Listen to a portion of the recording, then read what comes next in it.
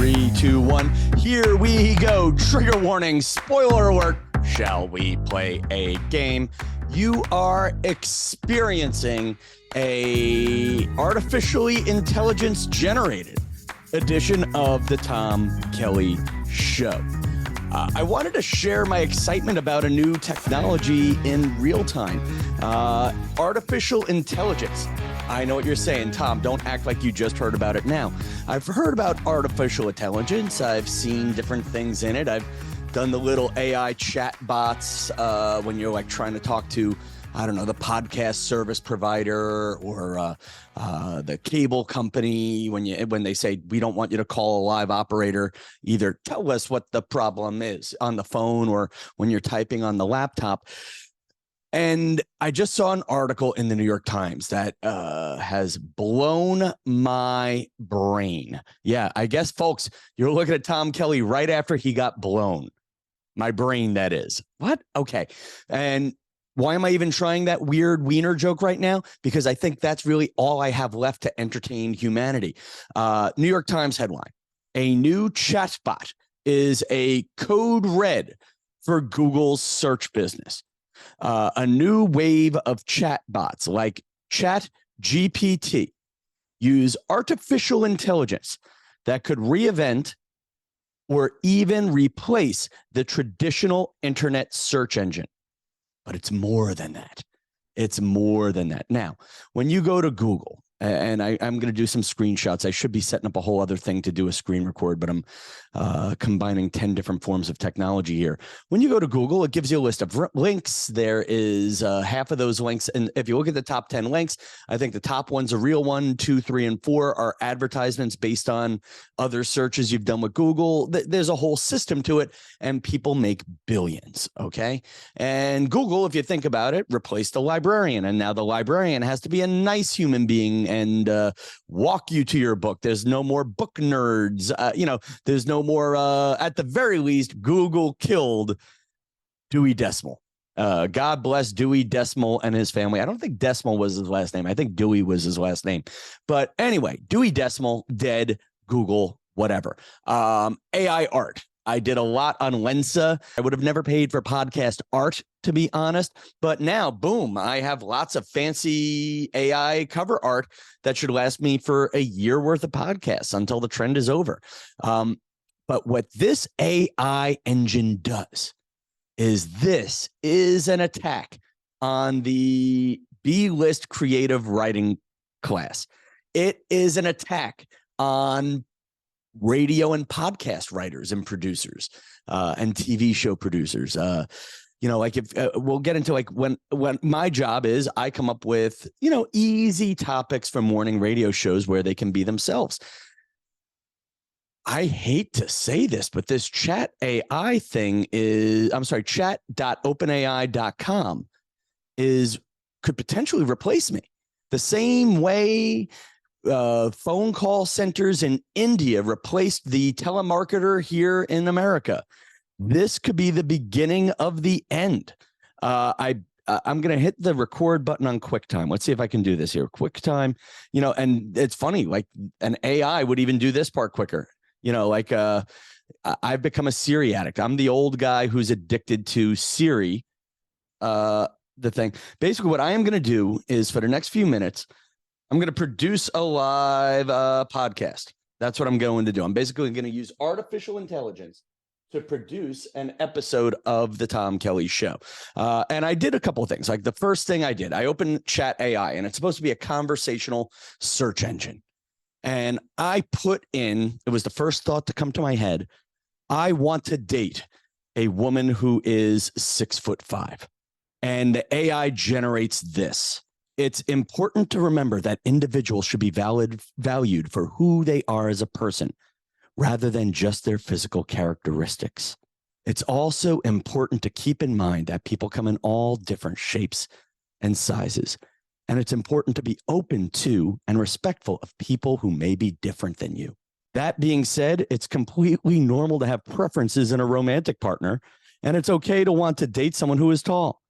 Just be sure to keep an open mind and be respectful of others, regardless of their height or other physical characteristics. Ultimately, what's most important is finding someone who you are compatible with and who you can build a strong, healthy relationship with. Boom, 1, 2, 3, robotic answer there. That came out pretty darn quick. How do I make my podcast a hit? Honestly, things that have been all over the internet came up on that one.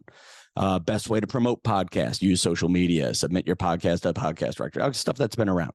So then I start getting wackier. So I put in advice for a shorter guy who wants to date a taller woman. Here are a few tips for a shorter man who wants to date a taller woman. Focus on your own qualities.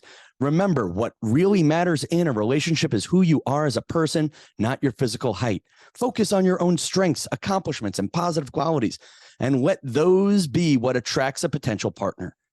Tip 2, don't let your height hold you back. Don't let your height hold you back from pursuing someone you are interested in. Confidence is attractive. I mean, this could be a dating blog, people.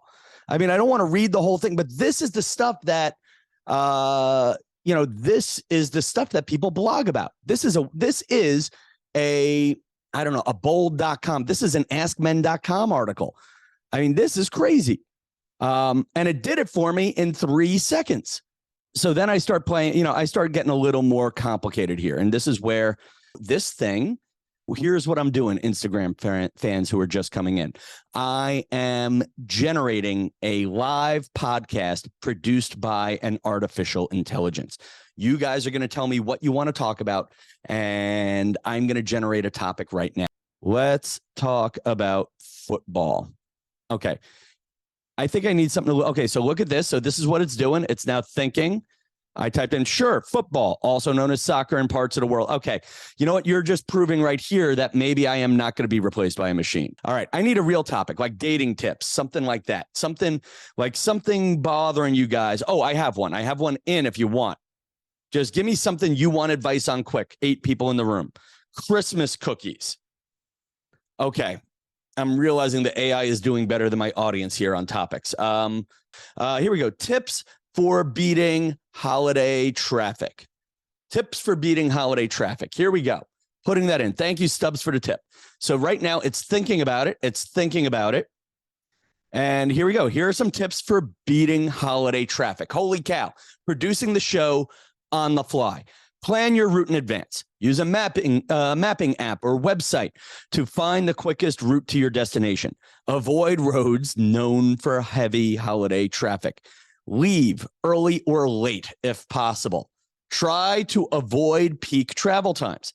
Stay informed. Keep track of traffic updates. I mean, again, it just produced a whole segment for me. Stay informed, keep track of traffic updates, and stay calm. This is a machine generating this tip, people. This is a machine generating this tip. Stay calm. It's easy to get frustrated in holiday traffic, but try to stay calm and patient.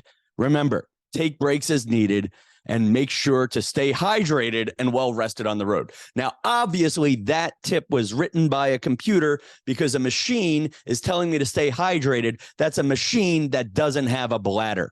Hello, Bella from Smart Dating Academy is here. Bella Gandhi is here from Smart Dating Academy. Bella Gandhi, I wish I could get her to chime in and record this on the thing. Bella Gandhi has been on my podcast before. Bella Gandhi has great advice for teaching people how to date. And I'm going to argue Bella, who has connected hundreds, if not thousands of couples, is going to be replaced by a robot. Like right now, Bella, give me a dating issue. Anybody give me a dating hot and cold feelings. How do I deal with, there we go. Melzel just did it. How do I deal with hot and cold feelings in a relationship? Now, if you were to ask Bella Gandhi or one of our dating experts, something like that, Bella would go home. Bella would write up a list. Bella would think about it and talk about her human interactions here. I am now, let me show you it there. I just typed in, how do I deal with hot and cold feelings in a relationship? And here we go. It can be confusing and frustrating to experience hot and cold feelings in a relationship. Here are a few tips to deal with this situation. Talk to your partner. Communication is key in any relationship. If you're feeling hot and cold about your partner, it's important to try to understand what's causing these feelings and to have an open and honest conversation about them. Bella, yeah, this is a machine writing a blog right in front of us here. This machine is writing my show. Reflect on your own feelings. Take some time to think about your emotions and try to understand where they are coming from. Consider seeking professional help if you're hot and cold in a relationship. Remember that it's normal to have ups and downs. It's natural for relationships to have ups and downs. And it's okay to have moments of uncertainty or ambivalence. Now, Bella Gandhi, a real dating person, is saying something a little bit smarter than what the app just wrote for me. Hot and cold could be emotional avoidance. But what's interesting about this AI app, Bella Gandhi, is it could turn an idiot like me into a pretender to be someone like you. You know, got to run. Big love to you, Bella Gandhi. Yeah, so that's it. I mean, so there you go, people. The machine just produced a damn podcast for me. I'm going to end the live because it's getting a little confusing. I don't know what's going on with my actual Instagram live. But for my podcast audience, there you go. I mean, any topic you want. Let's just put in, as we get to the 15-minute mark here, funny tags to end my podcast. Here are a few ideas for funny tags to end your podcast. And that's a wrap, folks. Thanks for tuning in, and we'll see you next time on The Tom Kelly Show. This is Tom Kelly. Until next time, keep on keeping on. Thanks for listening to another episode of The Tom Kelly Show. Until next time, keep your head in the clouds and your feet on the ground. This is Tom Kelly saying goodbye for now, but don't worry, we'll be back soon with more Tom Kelly Show goodness. I'm not saying they're all good, but it's generating them right now. It's still typing out more, like an old-fashioned dot matrix printer. It's going, beep, beep. Thanks for listening to The Tom Kelly Show. Until next time, keep on keeping it weird and wacky. Oh, I actually kind of like that one. Thanks for listening to The Tom Kelly Show. Until next time, keep on keeping it weird and wacky. We hope you had as much fun listening to The Tom Kelly Show as we had making it. Until next time, keep on keeping on. It's really stuck on this keep on keeping on thing. And stay rad. Yeah, I'm never going to do stay rad. But again, the machine is writing for me. Now, it's interesting. And now I'm getting this thing. Let me see if I can I am getting a warning on it because they just published this whole New York Times article on it. We're experiencing exceptionally high demand. Please hang tight as we work on scaling our systems. Now, I did one thing before. We're going to try one thing to see if I can blow up the chat.openai.com. Ready? Here we go. Write me a original trivia contest related to Christmas. And now I'm getting this blink. I hope I'm recording. Yeah, I am recording. Great. I am recording the screen. And here we go. Oh my God. Here we go. Jeez. It's actually generating a trivia contest for me. Here is a sample trivia contest. In what country did the tradition of Christmas originate? In the song, The 12 Days of Christmas, how many total gifts does I actually wrote some of this and researched this over several hours during a week. Okay, this is stealing this from a website. It has to be. In the classic holiday film, A Christmas Carol, what is the name of Ebenezer Scrooge's business partner? I don't remember that, but I should know that. And it's giving me the answers. People. Jacob Marley, that was the business partner. Yeah, it's generating a contest for me right now. Before it said, please call back later. So I don't know. I guess here's my ending. When AIs came for the tech support worker, I didn't care because I'm a comedian and I'm a creative. You know, those people will find other jobs. That's what we said. When the self-checkout came to the grocery store, we all said, it's just self-checkout at the grocery store. Those people will find other jobs. It'll be better for the labor market. I could go down the list. Oh, the one that I found interesting, AI art. Those artists are overpaid anyway. And now Listen, the way I pay the bills while I'm trying to get famous on my own is writing fart jokes for morning radio shows. And folks, let's see if this thing write me a fart joke. And let's see, it's thinking about it. And there you go. I write fart jokes. Now it's thinking about it. Here is a fart joke. Why did the tomato turn red? Because it saw the salad dressing. Not a fart joke. So ha ha ha. Humanity wins on that. Humanity wins on that. Do you guys remember the John Henry song? I'm going to close with a song. I've never closed with a song. John Henry was a man who had a hammer, and he could hammer spikes into the railroad tracks better than any other guy on the railroad track hammering thing in the 1800s. And then there was a song written about him, about how he beat the machine, the first machine ever to be able to hammer railroad spikes. And he dies at the end of the song, though. Is that going to be me? That I am going to beat the machine at telling fart jokes and just die at the end? Boom. I mean, so there you go. So listen, people, there's a lot of new people here who are listening to the show and experience it on YouTube because they found it through another AI, a search engine. The show is usually about me, a comedian, going through the midlife crisis and owning it and trying to beat it and making life better every week. I have a new thing the crisis is about. I'm not telling my bosses that I came up with this technology. You know, the only thing that I am better at than this AI today is writing the fart joke. You know, and here's how I would edit it. Why did the tomato turn red? Because it farted. Oh my God, I'm doomed. I'm doomed. All right. So listen, if you're new to the Tom Kelly Show podcast, please hit subscribe on YouTube, Spotify, Apple Podcasts. We have a secret Facebook group. We have you know what's funny too? The AIs also don't stutter.